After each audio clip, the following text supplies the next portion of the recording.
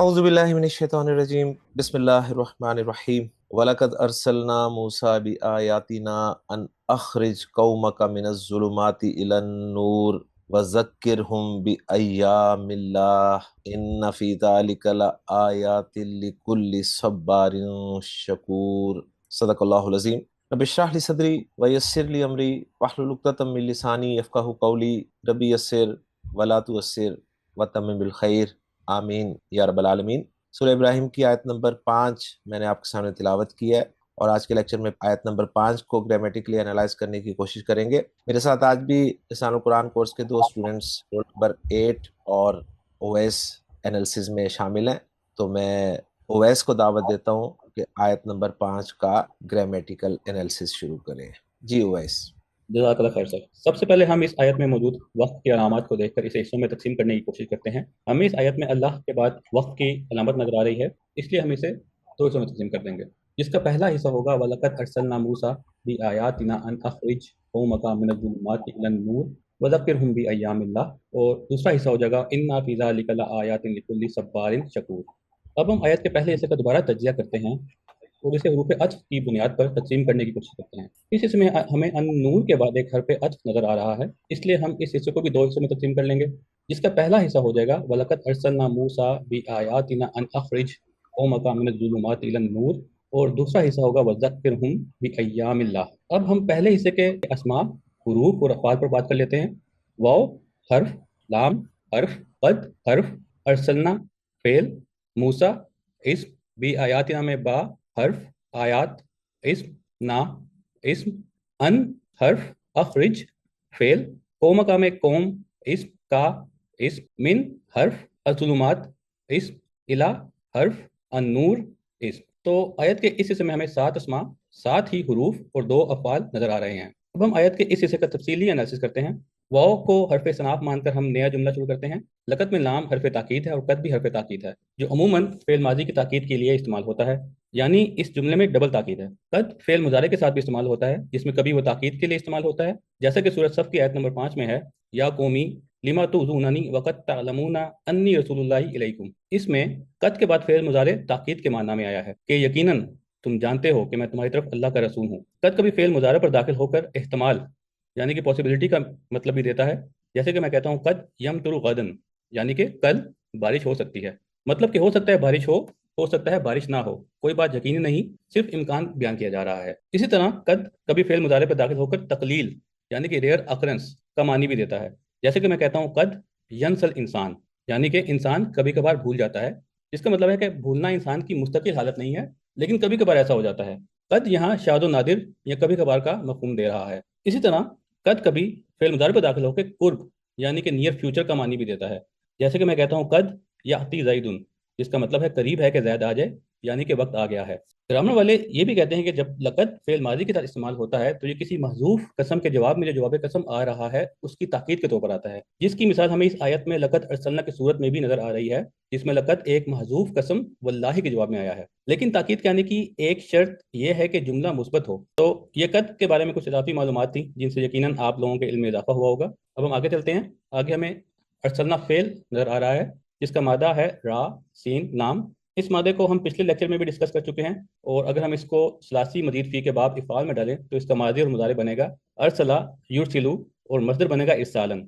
اس کا مطلب ہے کسی کام کے لیے یا پیغام پہنچانے کے لیے کسی کو روانہ کرنا یا پھر بھیجنا۔ اور فعل ماضی ارسلہ سے جمع متکلم کا صیغہ ارسلنا بنے گا، اور چونکہ یہ پہلا اور چوتھا صیغہ نہیں ہے اس لیے اس کا فاعل اس کے ساتھ ہی موجود ہے، جو کہ نا ضمیر کی شکل میں ہمیں نظر آ رہا ہے۔ اور ارسلنا فعل اور فاعل کا مطلب ہوگا ہم نے بھیجا، اور چونکہ ارسلنا ایک متعدی فعل ہے اس لیے اس کا مفعول بھی آئے گا جو ہمیشہ منصوب ہوتا ہے، چاہے وہ محلن ہو یا ظاہری علامات سے ہو۔ آگے چلتے ہیں، آگے ہمیں موسیٰ لکھا نظر آ رہا ہے جو ایک اسم مکسور ہے، اور یہ تینوں اعرابی حالتوں میں ایک ہی طرح دکھائی دیتا ہے، لیکن ہم اسے مبنی نہیں کہتے بلکہ اس کا اعراب تقدیری ہوتا ہے، جیسا کہ مصطفیٰ یا پھر عیسیٰ یا خدا، اور موسیٰ بھی جو کہ اسی آیا میں یوز بھی ہو رہا ہے۔ لہٰذا یہاں ہم اسم کو منصوب قرار دے کے ارسلنا فعل کا مفعول بنا دیں گے، اور اس کا اعراب تقدیری ہوگا جسے ہم کہیں گے فتحۃ مقدرۃ۔ تقدیری اعراب صرف اسماء مکسورہ تک محدود نہیں بلکہ اسماء منقوص اور وہ اسماء بھی جن کے آخر میں یا متکلم بطور مضاف علیہ آتی ہے ان میں بھی اعراب تقدیری ہوتا ہے۔ اب اگر ہم اس میں منقوص کی بات کریں تو یہ وہ اسم ہوتا ہے جس کے آخر میں یا ہو اور اس سے پہلے حرف پر زیر ہو، جیسے قاضی یا پھر دائی یا پھر راضی۔ اور مضاف الی جائے متکلم وہ اسم ہوتا ہے جس کے آخر میں یا لگ کر ملکیت ظاہر کرے، اور اس کا اعراب بھی ظاہر نہیں ہوتا بلکہ تقدیری ہوتا ہے، کیونکہ یا متکلم اپنے سے پہلے آنے والے اسم پر ہمیشہ زیر کا ہی تقاضا کرتی ہے جو اس اسم کے اصل اعراب کو چھپا دیتی ہے، جیسا کہ کتابی، ربی یا پھر قلمی۔ اگر آپ لوگوں کو ان اسماء کے بارے میں مزید معلومات چاہیے جن کا اعراب تقدیری ہوتا ہے تو آپ یوٹیوب پر عامر سہیل صاحب کی دروس اللغۃ العربیہ بک 3 سیریز کے لیکچر نمبر 3 کو ریفر کر سکتے ہیں، جن میں ان موضوعات کو تفصیل اور آسانی کے ساتھ بہت اچھی طرح سمجھایا گیا ہے۔ آگے بھی آیاتینہ ہے جس میں با حرف جر ہے۔ آیات کو جنس، عدد، وسعت اور اعراب کے لحاظ سے انالائز کریں تو جنس کے لحاظ سے یہ مونس ہے، عدد کے لحاظ سے جمع مونس سالم کا صیغہ ہے کیونکہ آت کی ساؤنڈ آ رہی ہے، وسعت کے لحاظ سے معرفہ ہے کیونکہ ضمیر کی طرف مضاف ہے اور ضمائر ہمیشہ معرفہ ہوتے ہیں، اور اعراب کے لحاظ سے مجرور ہے اپنے سے پہلے آنے والے حرف جر با کی وجہ سے۔ آیات کے ساتھ ہمیں نا نظر آ رہا ہے، اور جب بھی اسم کے ساتھ اٹیچ ضمیر آتی ہے تو ہمیشہ مضاف اور مضاف الیہ کا ہی کمبینیشن بنتا ہے، اور اس ضمیر کو ہم مجرور کہتے ہیں کیونکہ مضاف الیہ کی جگہ مجرور کی ہوتی ہے۔ اب با حرف جر اپنے مجرور کے ساتھ جو کہ ایک مرکب اضافی ہے مل کر الثنا فعل کے متعلق ہو جائے گا۔ آگے ہمیں ان نظر آ رہا ہے، ان کو یہاں پر ہم حرف تفسیر کہیں گے جو ای کے معنی میں آ رہا ہے، ای از اکول ٹو یعنی، کیونکہ یہ پچھلے جملے کی تفسیر بیان کر رہا ہوتا ہے، اور اس کے بعد ایک جملہ تفسیریہ جسے ہم جملہ مفسرہ بھی کہتے ہیں وہ آتا ہے۔ اگر ہم جملہ مفسرہ کی ڈیفینیشن دیکھیں تو یہ وہ جملہ ہوتا ہے جو ما قبل جملے کی وضاحت کے لیے لایا جاتا ہے، اور اس کے شروع میں کوئی حرف تفسیر ہوتا ہے، جیسے ہمیں یہاں ان بمعنی ای نظر آ رہا ہے، اور یہاں پر آگے آنے والا جملہ جو کہ جملہ مفسرہ ہے پیچھے موجود ارسلنا فعل میں موجود حکم رسالت کے پیغام کی وضاحت کر رہا ہے۔ جملہ مفسرہ کا کوئی اعراب نہیں ہوتا، اس لیے اسے ہم لا محلہ لہا من الاعراب کہیں گے۔ اب ہم اس جملہ مفسرہ کو انالائز کرتے ہیں تو اس میں اخرج فعل امر ہے، اس کا مادہ ہے خا، را، جیم۔ ثلاثی مجرد میں یہ باب نون نصرہ ینصرو سے آتا ہے جس سے تبدیلیوں کے بعد اخرج فعل امر بنتا ہے، لیکن یہاں ہمیں اخرج نظر آ رہا ہے کیونکہ یہ باب افعال سے بنا ہے، اور باب افعال کا ایک اہم قاعدہ یہ ہے کہ ہم فعل امر بناتے وقت اس حمزہ کو واپس لے آتے ہیں جسے فعل مضارع بناتے ہوئے کثرت استعمال کی وجہ سے محذوف کر دیا جاتا ہے۔ ہمارا سیغہ اخرجا یو اخرجو سے تو اخرجو بنے گا، پھر تو اخرجو سے مجزوم ہونے کے بعد تو اخرج بنے گا، اور پھر علامت مضارع تا کو ہٹا دیں گے جس سے ہمارا فعل امر کا سیغہ اخرج تیار ہو جائے گا، اور یہی سیغہ ہماری آیت کے اس حصے میں استعمال بھی ہوا ہے۔ باب افعال سے فعل امر کے سیغے کو پہچاننے کی ایک موٹی پہچان یہ بھی ہے کہ اس سیغے کا وزن افعل کے پیٹرن پر ہوتا ہے۔ مثال کے طور پر میں کہتا ہوں اخرجا یخرجو سے اخرج، ادخلا یدخلو سے ادخل، انزلا ینزلو سے انزل، اکرما یکرمو سے اکرم۔ تو یہ ایک امپورٹنٹ پوائنٹ تھا جو میں نے آپ لوگوں کے ساتھ شیئر کر دیا۔ اب آگے ہمیں ایک مرکب اضافی نظر آ رہا ہے کیونکہ جیسا کہ ہم پہلے بھی بات کر چکے ہیں کہ اسم کے ساتھ اگر ضمیر متصل آ جائے تو ہمیشہ مضاف اور مضاف الیہ کی ترکیب ہی بنتی ہے۔ اب اگر ہم قوم کو انالائز کریں تو یہ جنس کے لحاظ سے مذکر ہے، عدد کے لحاظ سے یہ لفظاً واحد ہے لیکن یہ ایک کولیکٹیو ناؤن ہے جو کہ ایک گروپ آف پیپل کی طرف اشارہ کر رہا ہے۔ وسعت کے لحاظ سے معرفہ ہے کیونکہ ضمیر کی طرف مضاف ہے، اور اعراب کے لحاظ سے منصوب ہے کیونکہ یہ اخرج فعل کے لیے مفعول بن رہا ہے۔ پھر مین حرف جر اپنے مجرور اسم الظلماتی کے ساتھ مل کر مرکب جاری بن جائے گا اور اسے ہم اخرج فعل کے متعلق کر دیں گے، اور سیم پیٹرن پہ الہ حرف جر بھی اپنے مجرور اسم النور کے ساتھ مل کر مرکب جاری بن جائے گا اور اس کو بھی ہم اخرج فعل کے ہی متعلق کریں گے۔ اب اگر ہم پورے جملے کو کنیکٹ کریں تو ارسلنا فعل و فاعل اپنے مفعول موسیٰ اور متعلق بھی آیاتنا کے ساتھ مل کر جملہ فعلیہ بن گیا، جبکہ اس کے بعد آنے والا جملہ مفسرہ ان اخرج قومک من الظلمات الی النور ارسال کے مقصد اور موسیٰ علیہ السلام کو دیے گئے حکم کی وضاحت کر رہا ہے۔ اب ہم آیت کے یہاں تک کے حصے کا لفظی ترجمہ کر لیتے ہیں۔ وَلَقَدْ أَرْسَلْنَا مُوسَىٰ بِآيَاتِنَا أَنْ أَخْرِجْ قَوْمَكَ مِنَ الظُّلُمَاتِ إِلَى النُّورِ، اور بے شک ہم نے موسیٰ علیہ السلام کو اپنی آیات کے ساتھ بھیجا، یعنی یہ حکم دے کر کہ تو نکال اپنی قوم کو اندھیروں سے روشنی کی طرف۔ اب ہم آیت کے پہلے حصے کے دوسرے حصے کے اسماء، حروف اور افعال پر بات کر لیتے ہیں۔ واو حرف، ذکر فعل، ہم اسم، با حرف، ایام اسم، اللہ اسم۔ تو آیت کے اس حصے میں 3 اسماء، 2 حروف اور 1 فعل استعمال ہوا ہے۔ تفصیلی انالیسس کی طرف چلتے ہیں۔ واو حرف عطف ہے اور ذکر فعل امر ہے جس کا مادہ زال، کاف، را ہے۔ اس کو باب تفعیل میں ڈالیں تو بنتا ہے ذکرہ یذکرو، اور مصدر بنے گا تذکیرن یا پھر تذکرتن۔ اس کا مطلب ہے یاد دلانا، نصیحت کرنا۔ جس کو یاد دلایا جائے وہ بنفسی آتا ہے، اور جو بات یاد دلایا جائے وہ بنفسی بھی آتی ہے اور اس پر با کا صلہ بھی آتا ہے۔ پھر فعل امر کے قواعد اپلائی کرنے کے بعد یہ ذکرہ یذکرو پھر تذکرو سے تذکر بن جائے گا، اور اس سے پھر علامت تا کو گرا کے ذکر بنا دیں گے، جس کا مطلب ہے تم نصیحت کرو یا یاد دلاؤ۔ آگے ہمیں ایک ہم نظر آ رہا ہے، اور جب بھی فعل کے ساتھ اٹیچ ضمیر آتی ہے تو وہ ہمیشہ منصوب ہوتا ہے اور اسی نسبت سے اس فعل کا مفعول بن جائے گا۔ اب جو بات جاز کہی جا رہی ہے وہ با حرف جر کے ساتھ آ رہی ہے جس کا مجرور ایام اللہ ہے جو ایک مرکب اضافی ہے، کیونکہ پہلے اسم پر نہ تو الف لام ہے اور نہ ہی تنوین ہے، اور اس کے بعد آنے والا اسم مجرور ہے. پھر جار اپنے مجرور کے ساتھ مل کر مرکب جاری بن جائے گا اور ذکر فعل کے متعلق ہو جائے گا. اور اس کے بعد ہم ذکرہم بایام اللہ کو اخرج قومک من الظلمات الی النور پر معطوف کر دیں گے. اب ہم اس آیت کے یہاں تک کے لفظی ترجمے کی طرف چلتے ہیں. وذکرہم بایام اللہ، اور انہیں اللہ کے دنوں کی یاد دلاؤ. یہاں پر ایام اللہ سے مراد خاص واقعات اور اللہ کی نشانیاں ہیں، یعنی وہ اہم تاریخی دن جن میں اللہ تعالیٰ نے اپنی قدرت، نعمت یا عذاب کو ظاہر فرمایا ہو. مفسرین کے مطابق اس کے مفہوم میں نمبر 1 انبیاء کی قوموں پر آنے والے عذاب کے دن، نمبر 2 اللہ کی بڑی بڑی نعمتوں اور نجات کے دن، یا پھر تاریخی فیصلے اور نصرت کے دن شامل ہیں. اب ہم اس آیت کے دوسرے حصے کے اسماء، حروف اور افعال پر بات کر لیتے ہیں. انا حرف ہے، فی حرف، ذالکا اسم، لام حرف، آیات اسم، لام حرف، کل اسم، صبار اسم، شکور اسم. آیت کے اس حصے میں 5 اسماء اور 4 حروف استعمال ہوئے ہیں اور ہمیں کوئی بھی فعل نظر نہیں آیا. تفصیلی انالیسس کی طرف چلتے ہیں تو انا حرف تاکید ہے اور یہ ہمیشہ جملہ اسم میں داخل ہو کر اس میں زور پیدا کرتا ہے اور اس میں اعرابی تبدیلی بھی لاتا ہے، جس میں اس کے مبتدا کو منسوب کر دیتا ہے. اور اب اسے مبتدا نہیں بلکہ اسم انا خبر کو خبر انا کہا جاتا ہے. انا و اخواتھا کو حروف مشبہ بالفعل بھی کہتے ہیں کیونکہ یہ اپنے سے آگے آنے والے اسم کو منصوب اور خبر کو مرفوع کر دیتے ہیں.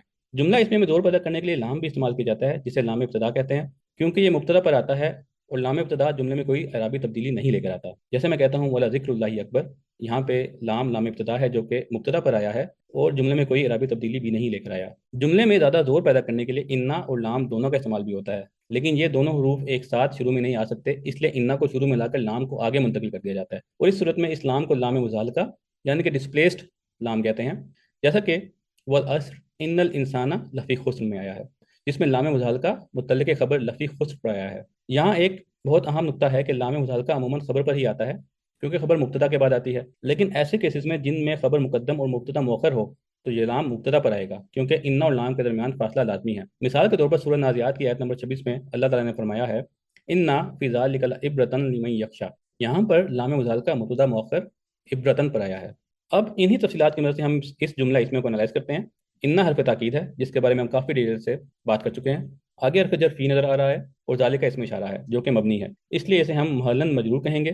پھر حرف جر اپنے مجرور کے ساتھ مل کر اسے ہم خبر مقدم بنا دیں گے. آگے ہمیں لام مزالقہ نظر آ رہا ہے جو اسم انا آیات ان پر داخل ہو کر ڈبل زور پیدا کر رہا ہے، اور آیات ان یہاں منصوب ہے کیونکہ یہ اسم انا ہے اور جمع مؤنث سالم کی حالت نصب اور جر کسرہ کے ساتھ ہی آتی ہے. آگے چلیں تو ہمیں لام حرف جر نظر آ رہا ہے جس کے بعد اسم کل ہے جو ان چند الفاظ میں سے ہے جو مضاف بن کر ہی آتے ہیں. تو اس کے آگے ہمیں مضاف علیہ صبار نظر آ رہا ہے. صبار مضاف علیہ کے ساتھ ساتھ موصوف بھی ہے اپنے سے آگے آنے والی صفت شکور کے لیے کیونکہ یہ دونوں جنس، عدد، وسعت اور اعراب کے لحاظ سے برابر ہیں. پھر موصوف اپنی صفت سے مل کر مضاف علیہ بن جائے گا اور کل مضاف اپنے مضاف علیہ کے ساتھ مل کر مرکب اضافی بن جائے گا اور لام حرف جر کے لیے مجرور ہو جائے گا. پھر لام حرف جر اپنے مجرور کے ساتھ مل کر صفت بن جائے گا آیات ان کے لیے کیونکہ ہم یہ پڑھ چکے ہیں کہ نکیرہ اسم کے بعد اگر جار مجرور آ جائے تو وہ عموماً اس کی صفت ہی بنتا ہے. اب موصوف آیات تین اپنی صفت لکل صبار شکور کے ساتھ مل کر مبتدا مؤخر بن جائے گا. جملے کو کنیکٹ کریں تو انا اپنے اسم مؤخر لا آیات لکل صبار شکور اور خبر مقدم فی ذالکا کے ساتھ مل کر جملہ اسمیہ بن جائے گا. اب ہم آیت کے اس آخری حصے کا تفصیلی ترجمہ کر لیتے ہیں. انا فی ذالک لآیات لکل صبار شکور، بے شک اس میں ایسی نشانیاں ہیں جو بہت زیادہ صبر شکر کرنے والوں کے لیے ہیں. جزاک اللہ سر. ماشاء اللہ جی، بہت تفصیل کے ساتھ آپ نے آیت نمبر 5 کو گرامیٹیکلی انالائز کیا. بس میں یہاں پر ایک چیز جو ہے وہ واضح کرتا چلوں کہ قد کے حوالے سے جو انفارمیشن آپ کو ملی ہے وہ ساری کی ساری ظاہر بات ہے گرامر کی کتابوں میں ذکر کی جاتی ہے، لیکن قرآن مجید میں فعل مضارع کے ساتھ جو قد کا استعمال ہے وہ صرف تاکید کے لیے ہی ہوا ہے. تو الحمدللہ جی، آیت نمبر 5 کا گرامیٹیکل انالیسز ہمارا مکمل ہو گیا اور بہت ہی خوبصورت انداز میں اویس نے اس آیت کو آپ کے لیے انالائز کیا ہے. تو میں دعا گو ہوں اویس کے لیے اور اپنے ان تمام سٹوڈنٹس کے لیے جو ماشاءاللہ اس کام کو لے کر آگے بڑھ رہے ہیں اور انشاءاللہ تعالیٰ اپنے لیے بھی اور میرے لیے بھی صدقہ جاریہ بن رہے ہیں انشاءاللہ تعالیٰ. جی الحمدللہ، آیت نمبر 5 ہماری گرامیٹیکلی انالائز ہو گئی. اب ہم محمود صافی صاحب کی ورکنگ کے ساتھ اپنی ورکنگ کو چیک کر لیتے ہیں. محمود صافی صاحب آیت نمبر 5 کے حوالے سے بتا رہے ہیں کہ واو استنافیہ ہے، لام القسم ہے ایک مقدر قسم کے لیے، قد حرف و تحقیق ہے، ارسلنا انزلنا کی مثل ہے، موسیٰ مفعول بھی ہے اس لیے منصوب ہے، بی آیاتنا جارن و مجرورن حال ہے یہ موسیٰ سے، بی آیاتنا میں نا ضمیر مضاف الیہ ہے، ان تفسیریہ ہے، اخرج فعل امر ہے، فاعل اس کا انتا ہے، قوما کا مفعول بہ ہے اس لیے منصوب ہے، اور قوما کا میں کاف جو ہے یہ مضاف الیہ ہے۔ من الظلمات الی النور جار و مجرور یہ دونوں متعلق ہیں اخرج فعل کے، اس کے بعد واو عاطفہ ہے، ذکرہم اخرج کے مثل ہے، اس کے بعد ہم ضمیر ہے مفعول بہ، بی ایام جار مجرور متعلق ہے ذکر فعل کے، اللہ مضاف الیہ ہے اس لیے مجرور ہے، انا حرف توکید و نصب ہے، فی حرف جر ہے، ذالک کا اسم اشارہ ہے، اور یہ جار مجرور متعلق ہیں خبر مقدم کے۔ لام ذالکہ میں بود کے لیے ہے اور کاف ذالکہ میں خطاب کے لیے ہے، اس کے بعد لام توکید کے لیے ہے، آیات اسم انا ہے اس لیے منصوب ہے، لکلی جار و مجرور متعلق بنات لی آیات یعنی آیات کی صفت کے طور پر استعمال ہوا ہے، صبار جو ہے مضاف الیہ ہے اس لیے مجرور ہے، اور شکور جو ہے یہ صفت ہے صبار کے لیے اس لیے مجرور ہے۔ جملوں کا اعراب بتا رہے ہیں کہ جملہ ارسلنا لا محل لہا جواب قسم مقدر، جملہ اخرج لا محل لہا تفسیریہ ہے، اور جملہ ذکرہم لا محل لہا معطوف علی جملہ اخرج ہے، اور جملہ ان فی ذالک لآیات لا محل لہا تعلیلیہ ہے۔ تو الحمدللہ جی ورکنگ ہماری میچ ہو گئی ہے محمود صافی صاحب کی ورکنگ کے ساتھ۔ اب ہم آیت نمبر 5 کا ترجمہ دیکھ لیتے ہیں جو عبدالسلام صاحب نے کیا ہے۔ عبدالسلام صاحب فرما رہے ہیں کہ وَلَقَدْ أَرْسَلْنَا مُوسَىٰ بِآيَاتِنَا اور بلا شبہ یقیناً ہم نے موسیٰ کو اپنی نشانیاں دے کر بھیجا، ان اخرج قومک من الظلمات الی النور کہ اپنی قوم کو اندھیروں سے روشنی کی طرف نکال، وذکرہم بایام اللہ اور انہیں اللہ کے دن یاد دلاؤ، ان فی ذلک لآیات لکل صبار شکور بلا شبہ اس میں ہر ایسے شخص کے لیے یقیناً بہت سی نشانیاں ہیں جو بہت صبر کرنے والا، بہت شکر کرنے والا ہے۔ تو الحمدللہ جی آج کے لیکچر میں ہم نے سورہ ابراہیم کی آیت نمبر 5 کو گرامیٹیکلی انالائز کر لیا۔ انشاءاللہ تعالیٰ اگلے لیکچر میں سورہ ابراہیم کی اگلی آیت کے ساتھ آپ سے ملاقات ہوگی۔ اجازت دیجیے، سبحانک اللہم و بحمدک، اشہد ان لا الہ الا انت، استغفرک و اتوب الیک۔